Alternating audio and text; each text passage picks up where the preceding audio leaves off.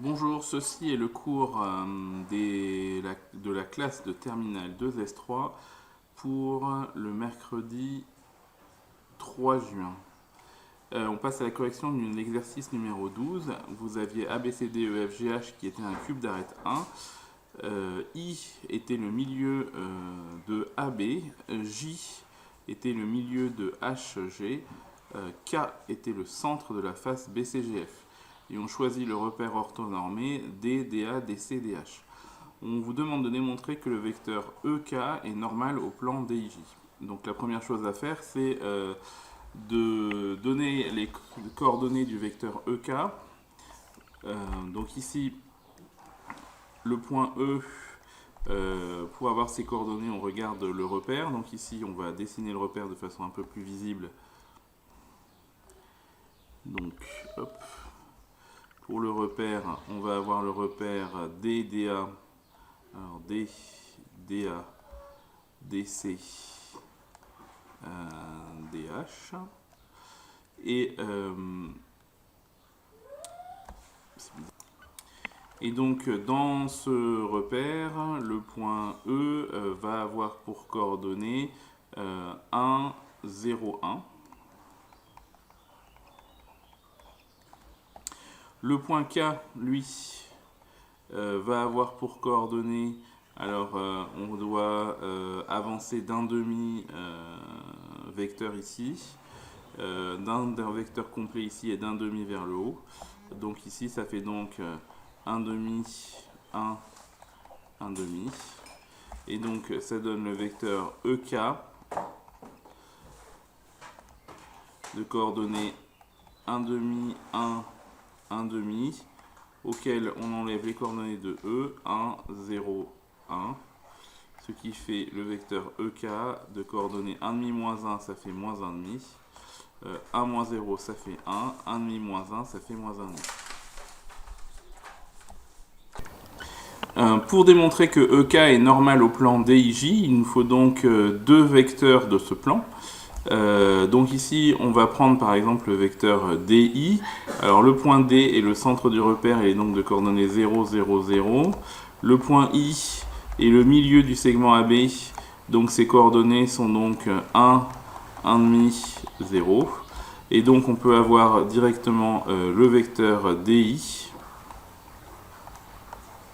qui va être égal à 1, 1 demi, 0, auquel on enlève 0, donc du coup on ne fait aucun calcul, ce qui fait 1, 1 demi, 0 pour le vecteur DI. On va prendre un autre vecteur, c'est le vecteur DJ. Donc on va prendre le point J. Le point J, lui, est au milieu du segment HG, donc ses coordonnées sont donc 0, 1 demi et 1. Et donc on peut avoir directement le vecteur DJ en faisant 0, 1 demi et 1, moins, moins, moins 0. Donc ici, rien de plus à faire. On va donc maintenant démontrer que EK et DI sont orthogonaux. Donc ici, on va calculer EK scalaire DI. EK scalaire DI, c'est donc moins 1,5 fois 1, plus 1 fois 1 demi, plus moins 1,5 fois 0. Moins 1,5 fois 1, ça fera moins 1,5. 1 fois 1,5, ça fera 1,5. Et là, ça fera 0. Donc au total, ça fait 0. Donc ici, on peut donc dire que le vecteur EK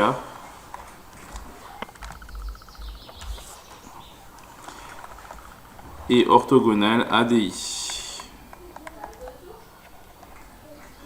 Ça, c'est le quatrième point.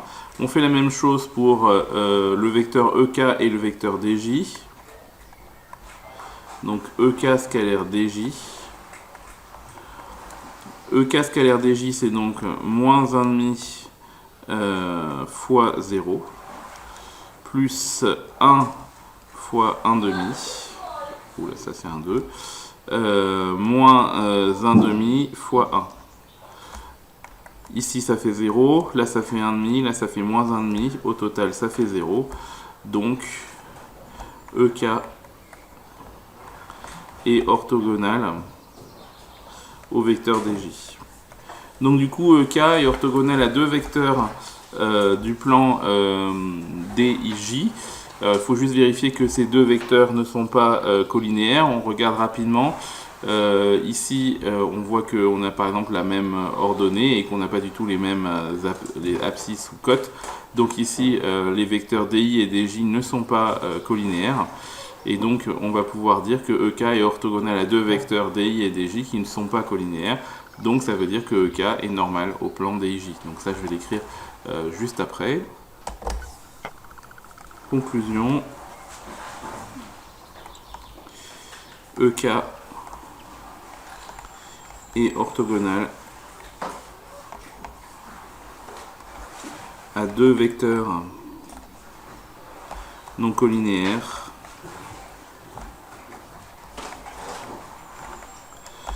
de DIJ. Donc EK est normal à EIJ, à DIJ. Et si EK est un vecteur normal à DIJ, ben du coup on va pouvoir l'utiliser pour trouver l'équation cartésienne de DIJ. Donc on écrira, pour en déduire une équation cartésienne du plan DIJ, on écrira comme EK est normal à DIJ, alors DIJ sera défini par une équation qui sera du type moins 1 demi de x plus 1y moins 1 demi de z plus d égale 0. Il ne nous reste plus qu'à trouver le nombre d. Il faut donc prendre un point du plan qui appartient à la droite. Évidemment, on va prendre le point d. Donc on va dire or d, dont les coordonnées sont 0, 0, 0, appartient à DIJ. Donc ici, on va pouvoir en conclure que ça fait moins 1,5 de 0 plus 0 moins 1,5 de z, c'est-à-dire moins 1,5 de 0 plus d égale 0. Donc ici, on arrive à la conclusion que d égale 0. Et donc au final, l'équation d de DIJ sera du type moins 1 demi de x plus y moins 1 demi de z égale 0. Nous passons maintenant à l'exercice 13. Donc on a un repère orthonormé dans lequel on a des points. On vous demande de démontrer que le point A, les vecteurs AB et AC définissent un plan P. Donc ici, pour faire cet exercice, il faut que, pour cette première question, que le point A et le vecteur AB et AC forment un plan. Donc ici, pour cette première question, la seule contrainte, c'est qu'il faut que AB et AC, les vecteurs, ne soient pas des vecteurs collinéaires, puisque sinon les points ABC seraient alignés. Et si les points ABC seraient alignés, du coup, le plan ABC n'aurait pas de sens. Donc du coup, ici, on va donc calculer le vecteur AB. Donc le vecteur AB, c'est 1, 2, 1, moins 1, 1, 0. Ce qui fait le vecteur AB de coordonnées 0, 1, 1. Le vecteur AC, c'est donc 3, moins 1, 2, auquel on enlève 1, 1, 0. C'est-à-dire qu'on obtient 3 moins 1, ça fait 2, moins 1, ça fait moins 2, et 2 moins 2, 2 moins 0, ça fait 2. Et maintenant, l'idée, c'est d'essayer de voir si AB et AC sont collinéaires. Et ici, on s'aperçoit que, par exemple, si on prend la coordonnée 1 ici, on va la multiplier ici par 2. Eh bien, ce n'est pas le cas si on prend ici 1 et qu'on multiplie par 2. On voit que les coordonnées ne sont pas proportionnelles. Donc ici, on va l'écrire. Les coordonnées de AB et AC ne sont pas proportionnelles.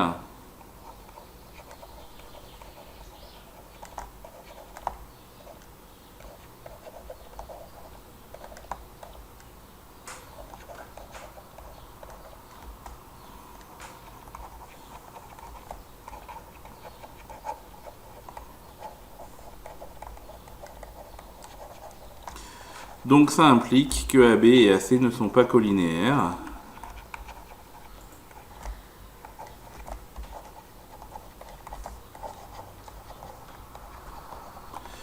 Et s'ils ne sont pas collinéaires, du coup, les deux vecteurs et le point A définissent bien un plan. Donc A, AB, AC définissent bien un plan P.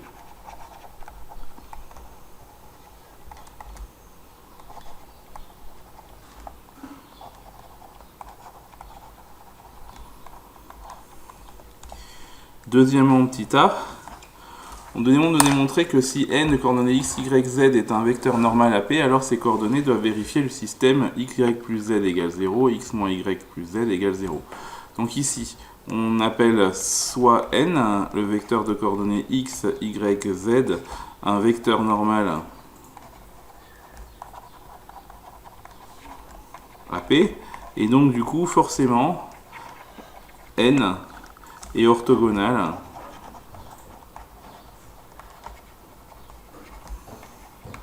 à AB et AC.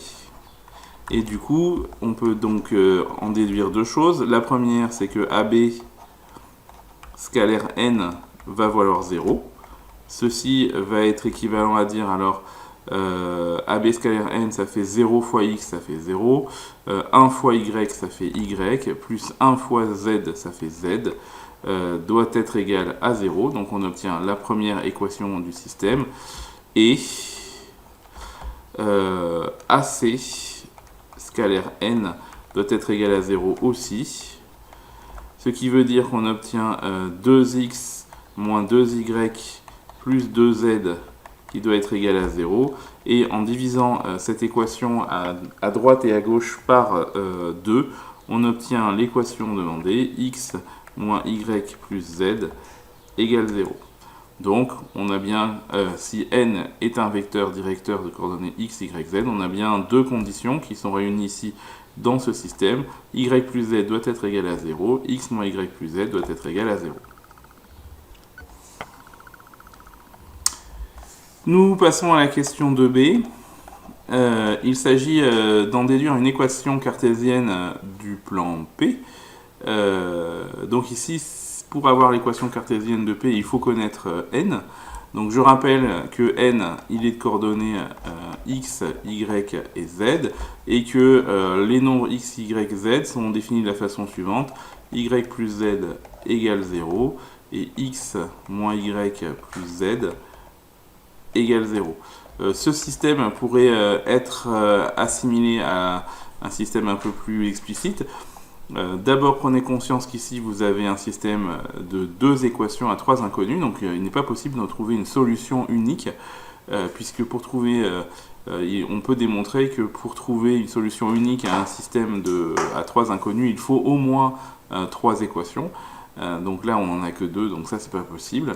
Donc ici, on va pouvoir dire que par exemple, y est égal à moins z, et que par exemple x lui sera égal à y moins z. Du coup, on s'aperçoit que si on fixe z, eh bien automatiquement on trouvera y, et une fois qu'on aura trouvé y, eh bien, et sachant qu'on connaît déjà z, alors on trouvera x. Il me semble que je vous avais demandé de prendre z égale moins 1. Donc ici, on va décider que z doit être égal à moins 1. Donc on dit, supposons que z soit égal à moins 1. Dans ces cas-là, y va être égal à moins z, c'est-à-dire moins 1, c'est-à-dire 1. Et dans ces cas-là, x sera égal à 1 moins 1, c'est-à-dire 1 plus 1, c'est-à-dire 2. Donc, du coup, un vecteur normal, parmi tous ceux qui sont possibles, hein, vous avez bien compris qu'à chaque fois que vous fixez z, vous trouvez un vecteur normal différent. Donc, un vecteur normal est n de coordonnées 2, 1, moins 1. Du coup, si ceci est un vecteur normal, eh bien, du coup, on peut donner une équation cartésienne de P. Donc, P sera d'équation 2x plus y moins z plus petit d égale 0. Il s'agit donc maintenant de trouver d. Pour trouver d, il ne faut pas oublier que le point A appartient au plan. Donc, or A appartient au plan. Donc, ça veut dire que ces coordonnées vont vérifier l'équation de P. Et donc, on peut donc dire que alors, les coordonnées, elles sont ici. Hein. Donc, on peut dire que 2 fois 1, ça fait 2, plus 1, moins 0, plus d doit être égal à 0, ce qui fait d égal à moins 3. Et donc, finalement, l'équation cartésienne de P sera donc du type 2x plus y moins z moins 3 égale 0. Fin de cet exercice numéro 13. Pour l'exercice numéro 14, dans ce repère OIJK, on a donné des points A et B par leurs coordonnées. On vous demande de trouver une équation du plan P passant par O et perpendiculaire à la droite AB. Si le plan P est perpendiculaire à la droite AB, ça signifie que le vecteur AB, dont on calcule les coordonnées ici en faisant moins 1, moins 1, ça fait moins 2. En faisant 1, moins 2, ça fait 1 plus 2, ça fait 3. Et 0, moins 3, ça fait moins 3. Donc le vecteur AB ici est donc un vecteur normal AP. Du coup, comme AB est un vecteur, on a ses coordonnées, il est coordonné moins 2, 3 et moins 3. On peut donc utiliser ces coordonnées pour écrire l'équation cartésienne de P en disant donc que P est de coordonnées moins 2x plus 3y moins 3z plus d égale 0. Et puis ici, on va se rappeler que P passe par le point O de coordonnées 0, 0, 0. Donc on va remplacer x ici, y et z par 0. Et donc on va obtenir que 0 plus 0 moins 0 plus d égale 0. Autrement dit que d égale 0. Et donc l'équation de P s'écrit moins 2x plus 3y moins 3z égale 0, ce qu'on peut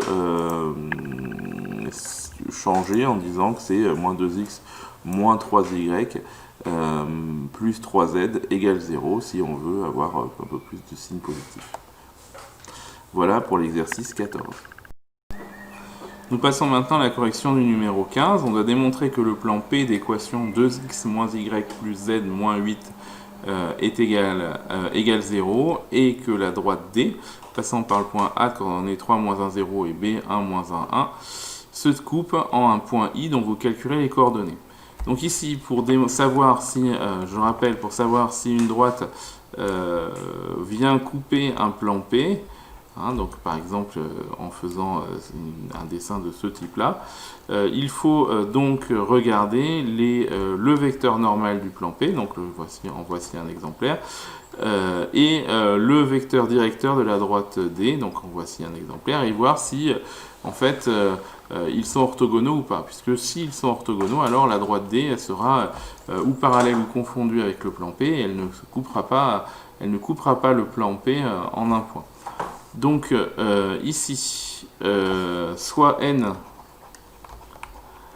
de coordonnées 2, moins 1 et 1, on lit ici, là et là, un vecteur normal de P. J'insiste sur le 1, puisque je rappelle que des vecteurs normaux, il y en a une infinité, donc celui-ci, ce n'est qu'un parmi d'autres. Le vecteur AB, lui, aura pour coordonnées 1, 1, moins 1, auquel j'enlève 3, moins 1 et 0, ce qui fait qu'on obtient moins 2, 2 et moins 1. Et on va dire que AB est un vecteur directeur de D.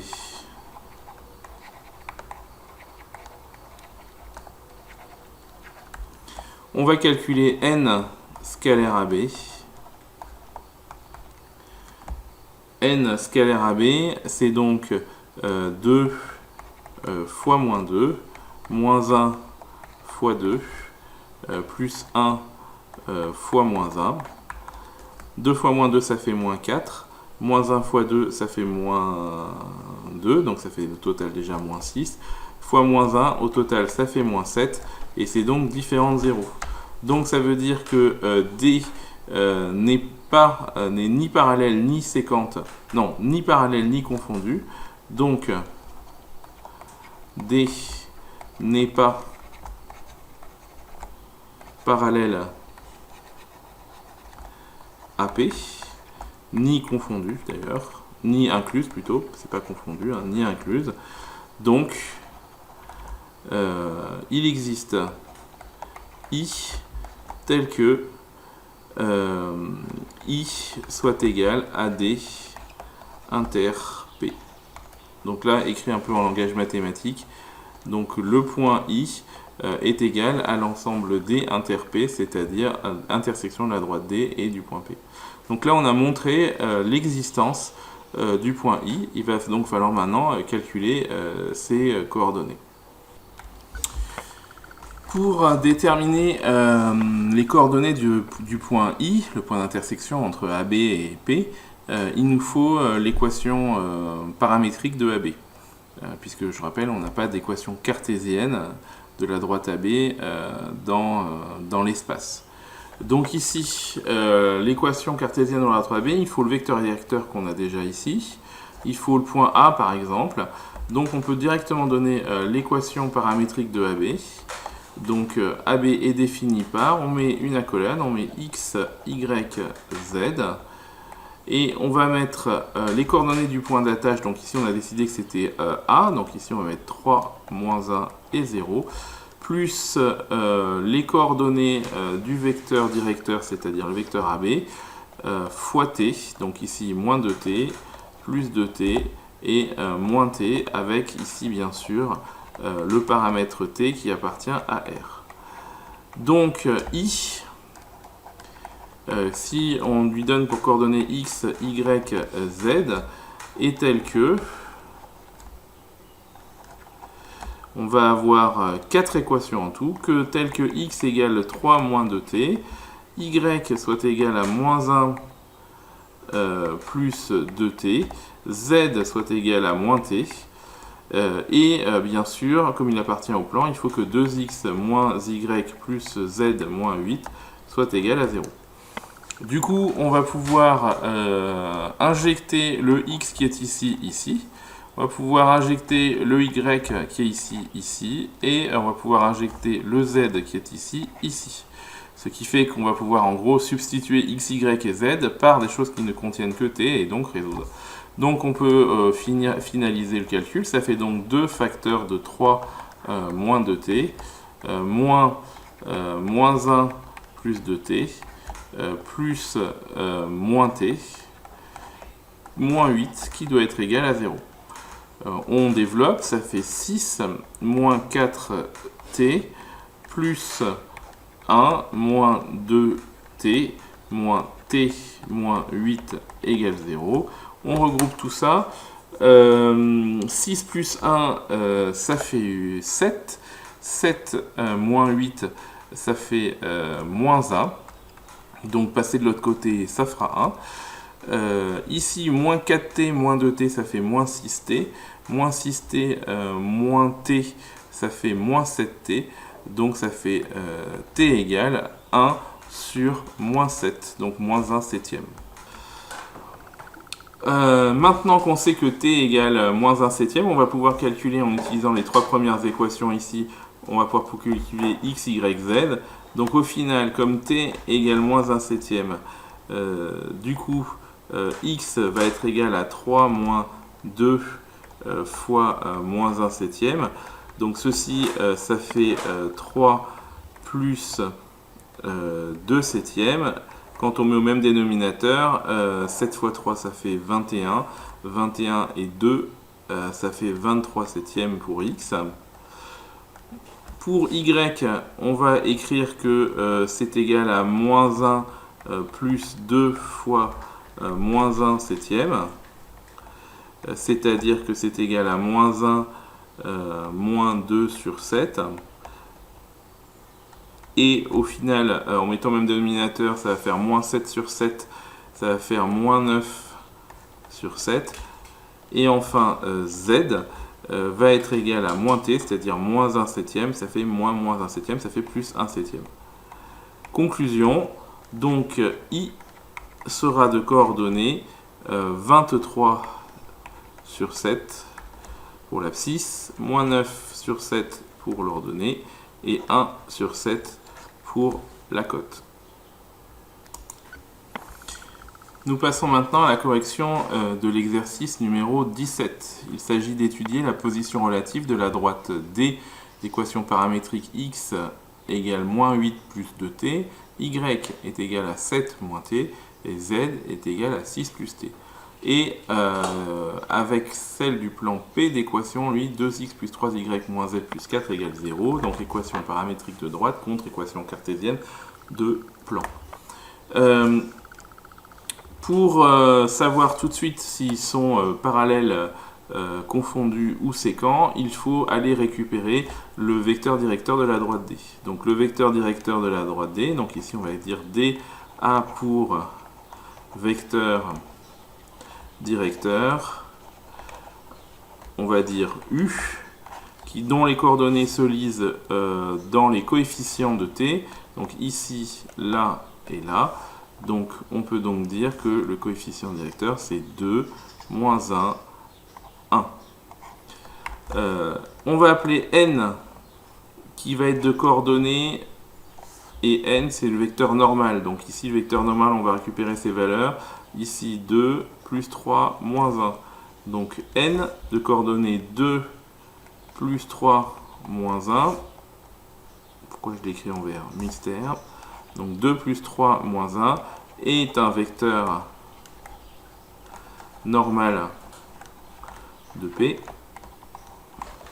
Donc maintenant, qu'est-ce qu'on fait? On essaye de savoir dans quelle position ils sont l'un par rapport à l'autre.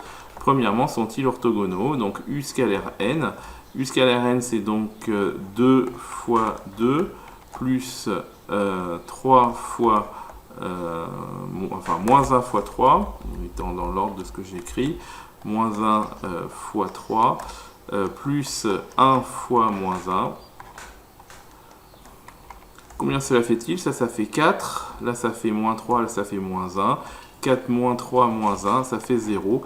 Donc ici, U scalaire n. Donc on est dans la position où si on dessine le plan P ici, si on a le vecteur normal qui est donc forcément perpendiculaire, alors là c'est pas vraiment perpendiculaire, si on a le vecteur normal qui est forcément perpendiculaire, ici on a donc un vecteur U qui lui est orthogonal, donc ça veut dire qu'il y a deux cas de figure possibles, soit ce vecteur U, hein, vous voyez, il va être orthogonal ici puisque le produit scalaire vaut 0, donc il y a deux cas possibles, soit la droite D est comme ceci par exemple, c'est-à-dire une droite D qui va être parallèle au plan P avec aucun point commun, soit la droite D va être incluse dans le plan P et donc là il y aura tous les points communs.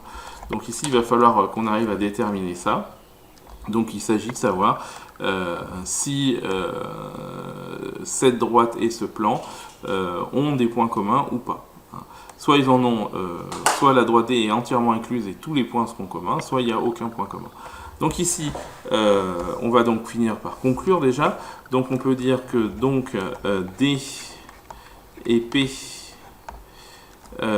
sont soit parallèles,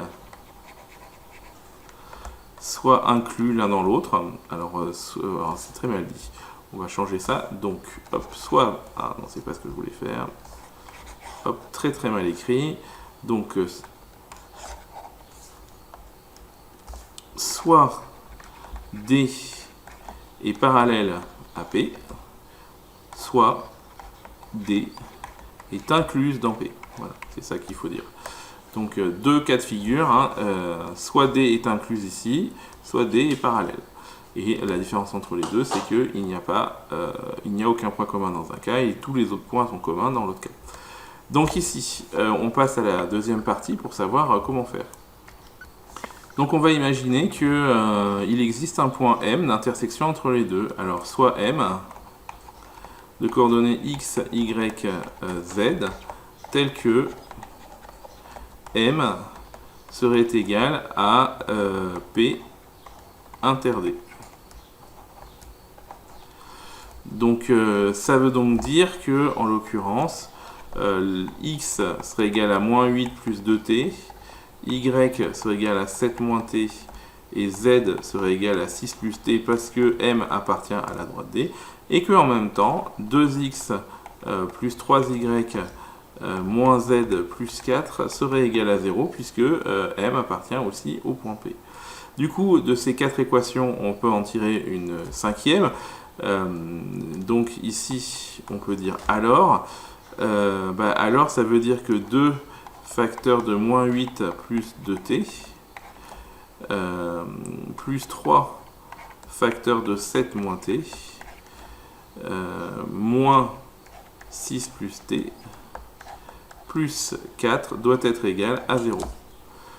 On développe ça, ça fait donc moins 16, plus 4t, plus 21, moins 3t, moins 6 moins t, plus 4 égale 0.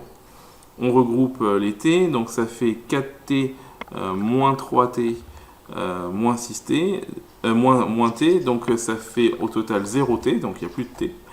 Et on obtient moins 16 plus 21 qui fait donc 5, moins 6, 5 moins 6 ça fait moins 1, moins 1 plus 4, moins 1 plus 4 ça fait 3, qui doit être égal à 0. Et là, vous voyez que ceci est impossible. Donc ça veut dire qu'on n'est pas capable de trouver t. Et si on n'est pas capable de trouver t, ça veut dire qu'on n'est pas capable de trouver un moment sur la droite D pour lequel la droite D serait sur le plan P. Donc ici, ça veut dire que M n'existe pas. Donc M n'existe pas. Donc si M n'existe pas, ça veut donc dire que la droite D est parallèle à P. Pour demain, nous continuons les exercices qui permettent de déterminer la position d'une droite et d'un plan, parce que c'est très fondamental dans la géométrie analytique. Donc numéro 18, vous démontrez que les points A, B et C, dont on vous donne les coordonnées, définissent un plan P. Donc ça, on a déjà vu une question comme ça, il suffit juste de démontrer que A, B et C ne sont pas alignés, c'est-à-dire que, voilà, à vous de savoir. Petit 2, on vous donne D, une droite dont la représentation paramétrique vous est donnée, et on vous demande de démontrer que D est orthogonal à P. Donc là, je vous suggère d'aller vérifier cela dans l'exercice précédent. La méthode est la même, sauf que le résultat sera différent, puisque cette fois-ci, D sera orthogonal à P. Donc, pour démontrer que D est orthogonal à P, il faut bien réfléchir à qu'est-ce que ça signifie. Ça signifie que là vous avez un plan P avec son vecteur normal, petit n, et vous avez une droite D qui va être orthogonale au plan P, et cette droite D ici va avoir un vecteur normal, donc ici par exemple ce vecteur là qui va être un vecteur, cette droite D va avoir un vecteur directeur qu'on va appeler par exemple petit u. Et pour que D soit orthogonal à P, vous voyez bien ce qui va se passer, c'est qu'il faut que U et N aient la même direction. Si U et N ont la même direction, ça veut dire quelque chose de très précis en termes de propriété entre les deux vecteurs. Et du coup, il ne suffira pas de dire juste que le produit scalaire est nul, il va falloir dire quelque chose de plus. Donc ça veut dire que les vecteurs ayant la même direction, il va falloir regarder les coordonnées très précisément et dire quelque chose en plus. Une fois que vous aurez réussi à démontrer que D est orthogonal à P, du coup vous appellerez H le point qui est donc ici, et vous trouverez ces coordonnées. Là il faut faire exactement comme la méthode précédente, c'est-à-dire on a un système avec 4 équations et 4 inconnus, x, y, z et t. Et il s'agit de trouver t. Là vous savez que vous allez le trouver puisque vous savez que la droite sera orthogonale au plan P, donc elle va le traverser en un seul point. Et du coup, quand vous aurez t, vous aurez trouvé x, y et z. Donc je vous laisse faire cet exercice numéro 18 qui est vraiment important parce que c'est une configuration qu'on n'a pas encore vue entre un plan P et une droite D. Toujours dans le même esprit, vous ferez aussi le numéro 19. Donc vous avez un plan qui passe par un point A et qui est dirigé par les vecteurs U égale 2J plus K et V est égal à I plus J moins K. Vous ferez attention ici que dans l'énoncé, il manque un vecteur ici. Donc on ne se pose pas trop de questions. 2J plus K, c'est une autre façon de dire le vecteur de coordonnées 0, 2, 1. Et puis V égale I plus J plus moins K, ça veut dire tout simplement que le vecteur est coordonné 1, 1, moins 1. Puisque je rappelle que IJK, ce sont les vecteurs directeurs du repère. Et donc c'est eux qui donnent les unités. Donc la droite D passera par le point B et C. Et donc on vous demande quelle est la position de D par rapport à P. Donc là, il faut donc prendre le vecteur directeur de D. Donc là, vous n'avez pas trop le choix, vu que vous n'avez que 2 points. Le vecteur directeur, ça sera relativement simple à voir. Donc trouver les coordonnées du vecteur directeur de D. Trouver évidemment le vecteur normal à P. Donc là, il va falloir trouver un vecteur normal. Et pour trouver un vecteur normal, vous n'aurez pas trop le choix. Il faudra trouver un vecteur qui soit orthogonal à ces deux vecteurs-là. On ne vous demande pas l'équation de P, donc il faudra trouver un vecteur normal. Alors, on a fait un exercice où on avait un truc comme ça, où on avait un vecteur normal qui était défini par rapport à deux vecteurs. Et donc, il faudra fixer une valeur. Donc, pour fixer la valeur, je vous impose, je vais vous dire ce que j'impose tout de suite. Donc, j'impose y égale à moins 1 pour le vecteur normal. Donc une fois que vous aurez le vecteur normal, du coup vous pourrez décider, vous pourrez faire des calculs pour savoir comment est la droite D par rapport au plan P et éventuellement me dire si c'est parallèle, si c'est inclus, si c'est séquent, voilà. À vous de voir, voire orthogonal. Donc à vous de voir de chercher cet exercice-là. Pour finir, pour aujourd'hui, vous ferez le numéro 16. Donc ici, on a un plan P qui a pour équation 3x plus 2y moins z moins 6 égale 0. Et on vous demande quelles sont les coordonnées des points d'intersection de P avec les axes du repère. Donc ici, il s'agit d'imaginer la situation comme c'est un peu présenté ici. Alors c'est un dessin qui n'est pas très visible, mais donc vous avez le repère qui est symbolisé par les 3 flèches vertes, bleues et rouges. Donc vous avez ensuite le plan qui a été dessiné en gris et ce qu'on cherche c'est les points d'intersection avec les axes. Alors si vous regardez bien le dessin, alors je vais essayer de l'agrandir un peu pour que vous arriviez à le voir en détail. Si vous regardez bien le dessin, il y a des moments où les axes sont en trait plein et des moments où ils sont en trait pointillé. Donc ça veut dire que le point d'intersection ici par exemple entre l'axe rouge et le plan, il se situe ici. Même chose pour l'axe vert, ça va se situer ici. Et puis, là, il faut que je diminue un peu la ligne. Même chose pour l'axe bleu, où le point d'intersection, si vous regardez bien, c'est ici que la droite bleue plonge sous le plan P. Et donc c'est ces points-là qu'on vous demande. Alors si on imagine par exemple que l'axe rouge c'est l'axe des X, l'axe vert c'est l'axe des Y, et l'axe bleu c'est l'axe des côtes. Donc par exemple si on imagine que ça c'est X, là c'est Y, et là c'est Z, et que là c'est O, et que les unités sont ici. Imaginons que l'on se place sur l'axe des abscisses.